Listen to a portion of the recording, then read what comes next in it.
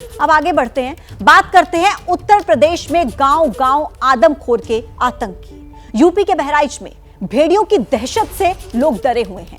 भेड़िया लोगों को अपना निवाला बना रहा है, तो वहीं दो भेड़ियों की तलाश में वन विभाग की टीमें लगातार लगी हुई हैं। लेकिन अफसोस कि अभी तक आदमखोर भेड़िए पकड़ में नहीं आए हैं। और उधर लखीमपुर खीरी में बाघ के आतंक से भी लोग परेशान हैं। अभी तक बाघ ने 4 लोगों को मार डाला। यहां पर भी बाघ को पकड़ने के लिए सर्च ऑपरेशन चलाया जा रहा है, लेकिन अभी तक कोई सफलता नहीं मिली।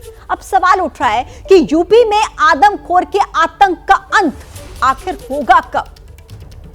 तो लगातार ये लोगों के लिए परेशानी का सबब बने हुए हैं। 2 तस्वीरें आप मेरे दोनों तरफ इस वक्त देख पा रहे हैं। एक तरफ बाघ का आतंक तो एक तरफ भेड़िए का आतंक। और लोग बीते दिनों से परेशान हैं, डरे हैं, सहमे हैं, लेकिन वन विभाग की टीम अभी तक इन्हें पकड़ने में कामयाब नहीं हो पाई है। और ऐसे में लगातार लोगों के मन में एक ही सवाल उनके जहन में कि आखिर इनका आतंक कब खत्म होगा, हमें छुटकारा कब मिलेगा। कई लोगों की जान जा चुकी है, लेकिन अभी तक इनका आतंक जारी है।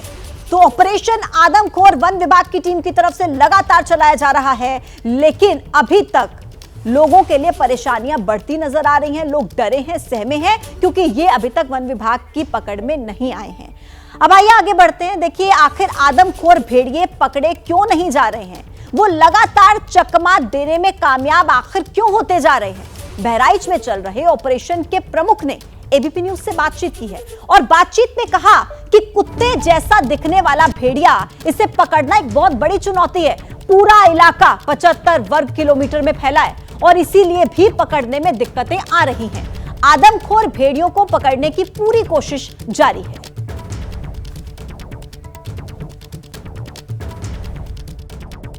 बहराइच में आदमखोर भेड़िए को पकड़ने के लिए वन महकमा सक्रिय है, तत्परता दिखाई जा रही है। गांवों में जा करके लगातार कॉम्बिंग की जा रही है। जो भी टेक्नोलॉजीज़ का इस्तेमाल किया जा सकता है, जो भी एक्सपर्टाइज़ का यूज़ किया जा सकता है, वो सारा कुछ किया जा रहा है। क्या क्या काम हो रहा है, इस पर बात करने के लिए मेरे साथ वन निगम के महाप्रबंधक संजय पाठक जी हैं। पाठक जी, क्या अब तक रिजल्ट्स मिले हैं और किन किन चीज़ों का इस्तेमाल हम लोग कर रहे हैं? देखिए, अभी जैसा आप अवगत हैं, ये अभियान जो है काफ़ी टाइम से हम लोग चला रहे हैं। जुलाई में घटना हुई थी, उसके बाद से ही वन विभाग लगातार प्रयास कर रहा। उस प्रयास में लगभग 68% की सफलता भी मिली। कोई 6 जो ड्रोन के माध्यम से, आप सभी अवगत हैं कि ड्रोन के माध्यम से जो पूरे इलाके की कोम्बिंग की गई थी, उसमें 6 इंडिविजुअल्स दिखाई दिए थे। उसमें से 4 को पकड़ने में इन लोगों ने कामयाबी हासिल की थी। 2 इल्यूसिव थे, उनको भी लोकेट कर लेते हैं रोगी, लगभग जो साइंस हैं उनके माध्यम से और जो ड्रोन सर्वे के माध्यम से, तो लोकेट करने का उनको काम करते हैं। उसकी लोकेशंस मिलती भी है, लेकिन ये है कि इतने बड़े क्षेत्र में केवल 2 इंडिविजुअल को लगभग 7500 जो अपना 75 स्क्वायर किलोमीटर का एरिया, 7500 हेक्टेयर, उसमें तब आप समझिए कुत्ते जैसे जीव को ढूंढना बहुत ही दुष्कर कार्य है। अच्छा, जो तीसरा भेड़िया लोग बता रहे हैं, ग्रामीण बता रहे हैं, क्या उसको ट्रैप किया गया किसी कैमरे से या किसी ने वन विभाग के लोगों ने देखा? उसमें ड्रोन कैमरे में एक इंडिविजुअल आया है, तो संभावना ये भी हो सकती है कि जैसे पेयर चल रहा है, उसमें से एक थोड़ा भटक गया हो, ड्रोन के दायरे में ना आया हो या कहीं छुप के बैठ गया हो। तो ऐसे, इसलिए उसकी पुष्टि करने के लिए हम लोगों ने कैमरा ट्रैप्स का सहारा लिया है। जल्दी उसकी पुष्टि हो जाएगी। 2-3 दिन के अंतराल पे जैसे वो शिकार के लिए निकलते हैं या कहीं पे भी निकलते हैं, तो संभावना रहती है ऐसी जगहों पे हम लोगों ने वांटेज पॉइंट्स उसको लगाया, जो पोटेंशियल एरियाज हैं, जिससे कि ये पुष्टि करने में हमें सहायता मिल पाएगी। तो आप सुन रहे थे वन विभाग के जीएम को, उन्होंने कहा कि बहुत बड़ी चुनौती है। संजय हमारे सहयोगी इस वक्त सीधे बहराइच से हमारे साथ कनेक्ट हैं, उनसे ज्यादा जानकारी हम लेंगे। संजय, जिस तरीके से आप भी बता रहे हैं कि हर एक्सपर्टाइज का इस्तेमाल किया जा रहा है, हर टेक्नोलॉजी का इस्तेमाल किया जा रहा है, लेकिन बावजूद इसके सफलता नहीं मिल पा रही है और चैलेंज बहुत बड़ा है। लेकिन उम्मीद कहां नजर आती है? कितने दिन और क्या कहना है वन विभाग की टीम का, कब तक इन भेड़ियों के आतंक से मुक्ति मिल पाएगी?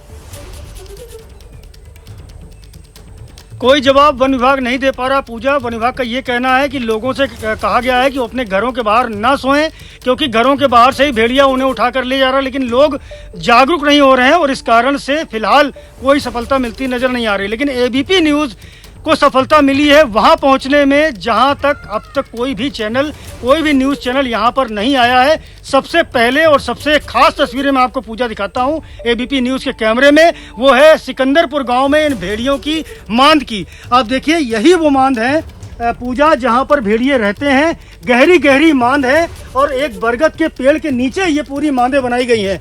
और मैं दिखाऊंगा किस तरह से 2 मांद जो है वो ताज़ा बनाई गई है। मैं अपने कैमरा सहयोगी प्रेम सिंह से कहूँगा इस ओर आवें और इस मांद को दिखावें। देखिए यहाँ की जो मिट्टी है वो उथली हुई है और इससे साफ समझ में आ रहा है कि ये मांद हाल में ही बनाई गई है।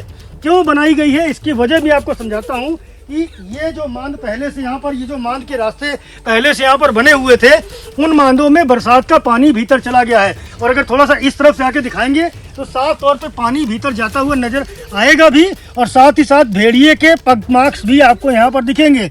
ये देखिए सामने जो 2 छोटे छोटे चिन्ह बने हैं पैरों के, ये भेड़िए के पग मार्क्स हैं। और इन्हीं रास्तों से, 1-2 नहीं कई सारे रास्ते हैं। एक ये रास्ता देखिए, एक ये रास्ता है जिससे भेड़िया इस मांद में पहुंचता है। 2 भेड़िए यहाँ पर देखे गए हैं और ये ग्रामीणों का दावा है कि यहाँ पर 2 नहीं बल्कि तीसरा जो लंगड़ा भेड़िया है वो भी यहीं पर रहता था, जिसके निशान मैंने आपको अभी दिखाया, जिसमें एक निशान छोटे पैर का है और दूसरे बड़े पैर का है। बिल्कुल संजय, बहुत विस्तार से आपने लाइव वो निशान दिखाए जो आप कह रहे हैं कि 25 हैं ये उन भेड़ियों के। बहुत शुक्रिया आपका अपडेट्स पहुंचाने के लिए, तस्वीरें दिखाने के लिए।